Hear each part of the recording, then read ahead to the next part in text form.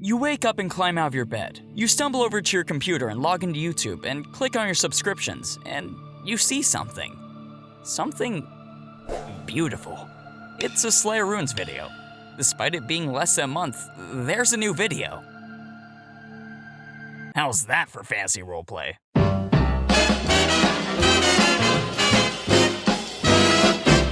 Harmonquest is a show on CISO from Dan Harmon, creator of Harmontown and Great Minds with Dan Harmon. But you probably know him best from his hit series, Phone Sexers. I just want to push phone sex farther, you know what I'm saying? I want to take it to its extreme. Harmonquest is about Dan Harmon and a group of friends sitting on a stage playing a pen and paper role-playing game. The show follows their quest to restore peace and harmony to their world, with the ever-looming threat of the return of the Manticore, a mystical beast that wreaks devastation and destruction, always over their heads. Each episode also sees the addition of a guest character, who, for an episode, joins a group of heroes on their quest to save the world. Whether or not their experience with role-playing games doesn't matter in the slightest. And on pen and paper, this all sounds fine and good. But what sets this show apart from your typical role-playing video on YouTube is the animation, which is the main reason why I'm talking about this. Because this is a cartoon review channel.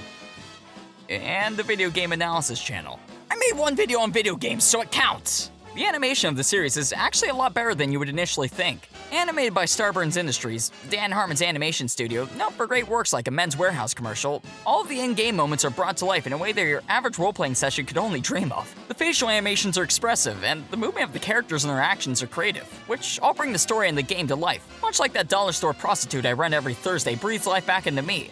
And by that, I mean all the viral infections that now reside within my nether regions. And it's the acting of the cast that allows for this strangely good animation. Each of the main characters have prior improv experience, with Jeff B. Davis from Huzzah playing a goblin named Boneweevil, Dan Harmon playing Fondue Zubag, a half-orc ranger, and Dan Harmon's ex-wife Erin McGathy playing a half-elf barbarian named Bearo Shift. If one of my ex-girlfriends wanted to play a role-playing game with me, I'd be calling them Bearo Shit, get out of my house! And let's not forget the guest characters. Although some of them left me feeling a bit wanting by either not being as funny as the main cast or just not getting into it as much, none of them were explicitly bad. There were definitely a few I'd say were as funny, if not funnier than the main cast. But we can't forget the god of this world.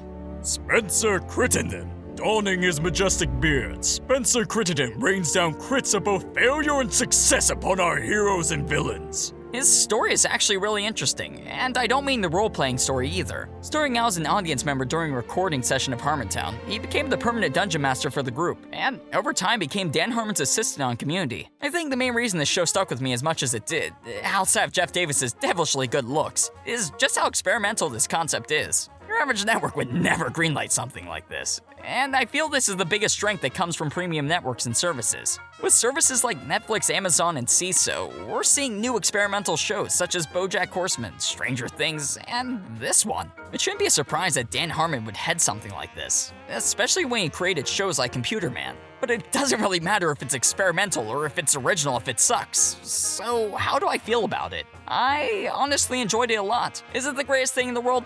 No, but it sure is one of the funnier shows I've watched this year. However, I must say that if you don't like role-playing, if you don't like pen and paper games, you probably won't enjoy this show as much as I did. It is really apparent that this show is trying to appeal to people who like games such as Dungeons & Dragons and Pathfinder. And I must note that the game they're playing isn't Dungeons & Dragons. Despite anything you've seen in The Big Bang Theory, not every tabletop RPG is Dark Dungeons, much like how not every white man is a stereotype. Look, I took 2 tests to prove I'm not a stereotype. What do you mean I'm not white? The series is relatively short, only about 10 episodes. So it's really easy to binge watch. There's nothing deep or metaphorical about it, save for maybe how much Dan Harmon likes to name things after himself.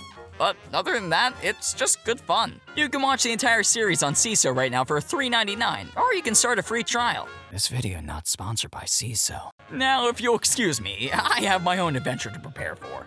You could possibly call it a bizarre adventure.